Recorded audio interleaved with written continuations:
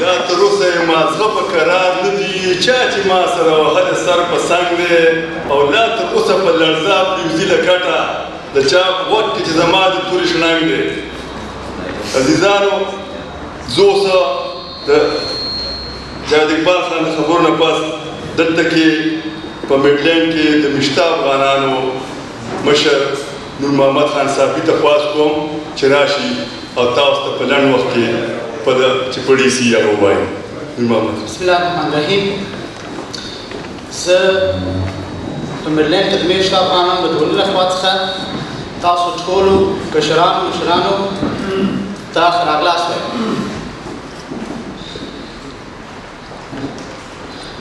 ګرانو وروڼو، د ټول نه مخکې غواړم چې د خپلې ټولنې پر منځګۍ باندې د صوبه سرحد د نوم د تغییر لپاره چې پښتونخوا په نوم باندې نومول شوی تاسو ټولو ته او خصوصا ټولو افغانانو ته او پښتو ویونکو ټولو خلکو ته چې په دنیا کې هر شي ته واقع دي مبارکي وایم. د هغه څخه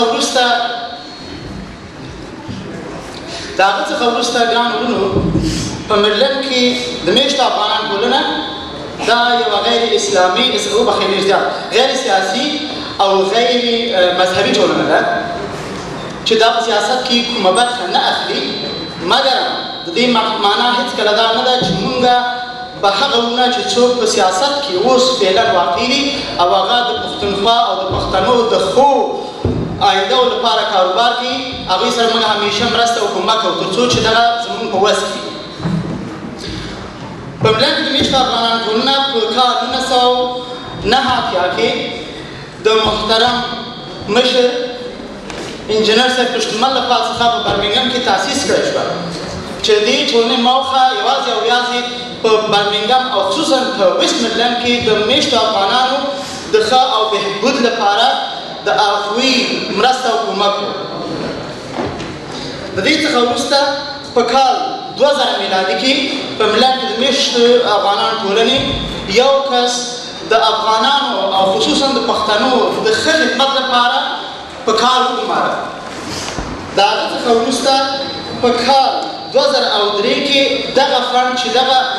نوموړي کارکوونکي ته ورکړی شوی و چې تر څو په دغه ټولنه کار وکړي د پښتنو او د افغانانو سره کومک وکړي، دغه فنډ ختم شو او په دې حساب باندې زموږ دفتر هم وتړل شو. خو دې هېڅکله معنا دا شی نه وه چې مونږ هغه خپل جدوجهد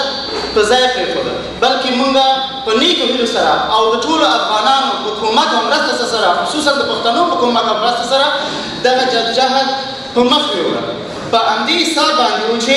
مونږ وکولی شو چې د برمنګم په سټي کونسل کې د پښتو ژبه یوه رسمي ژبه وپېژنو. دا کار د دې څخه مخکې هېڅکله نه و شوی. یوازې په میډلینډ کې د میشتو افغانانو په میډلینډ کې د میشتو افغانان ټولنه وه چې دغه د پښتو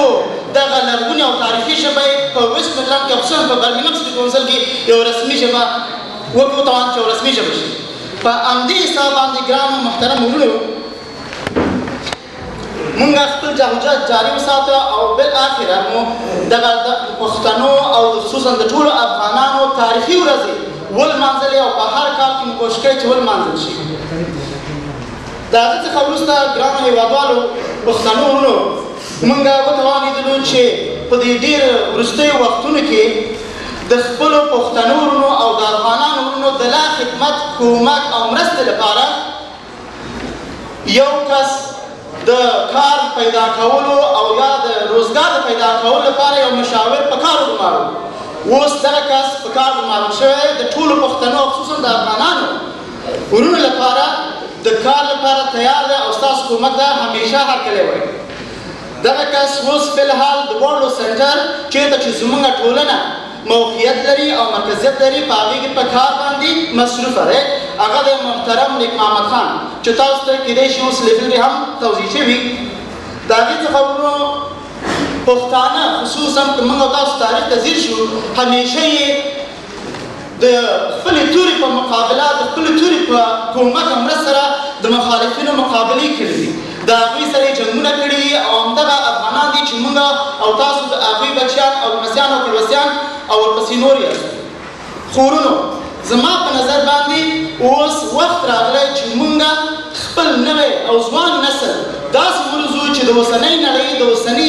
سیاسي حرکات چې په دنیا کې اجرا کېږي او یا د موډرن پولیټیک یعنې د پرمختللي سیاست سره اشنا کړو خو دا سیاست سره به هغه وخت اشنا کېږي چې موږ او تاسو زموږ نوی نسل په خپله پښتو مورنۍ ژبه باندې ډېر ښه وپوهېږي د دې له خاطره په میډلینډ کې د میشتو افغانان ټولنې د نوي نسل د تنکي ځوانانو لپاره د پښتو ژبې ټولګي جوړ کړي دي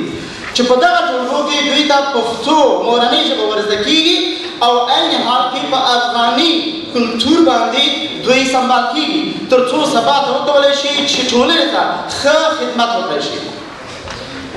ګرانو وروڼو د همدې سره سره موږ غواړو چې دغه ټول که چېرته په برطانیه کې دي او په دنیا په هر کونج کې دي د پښتنو او د افغانانو ګوندونه که هغه سیاسي وي غیر سیاسي وي فرهنګي وي یو موټی شي تر څو د خپل قوم د خپل ملت او د خپلې ژبې لپاره ښه خدمت وکړی شو. کندهار مې د بابا په قواله دی کندهار مې د بابا په قواله دی که پنجشیر دی که واخان دی وطن زما دی هر لویش مې د نیکه او بابا ګور دی پر هر ګام باندې لحد او کفن زما دی هر غاټول یې زما د وینو رنګ اخیستی هر غاټول یې زما د وینو رنګ اخیستی دا په وینو روزل شوی چمن زما دی له نیکه را پاتې شوی په میراث دی له نیکه را پاتې شوی په میراث دی دا د مشکو رباطونه ختم زما دی سرداري زما په پچه د ختلې سرداري زما په پچه د ختلې له ابو تر مس هلمنده معمل زما دی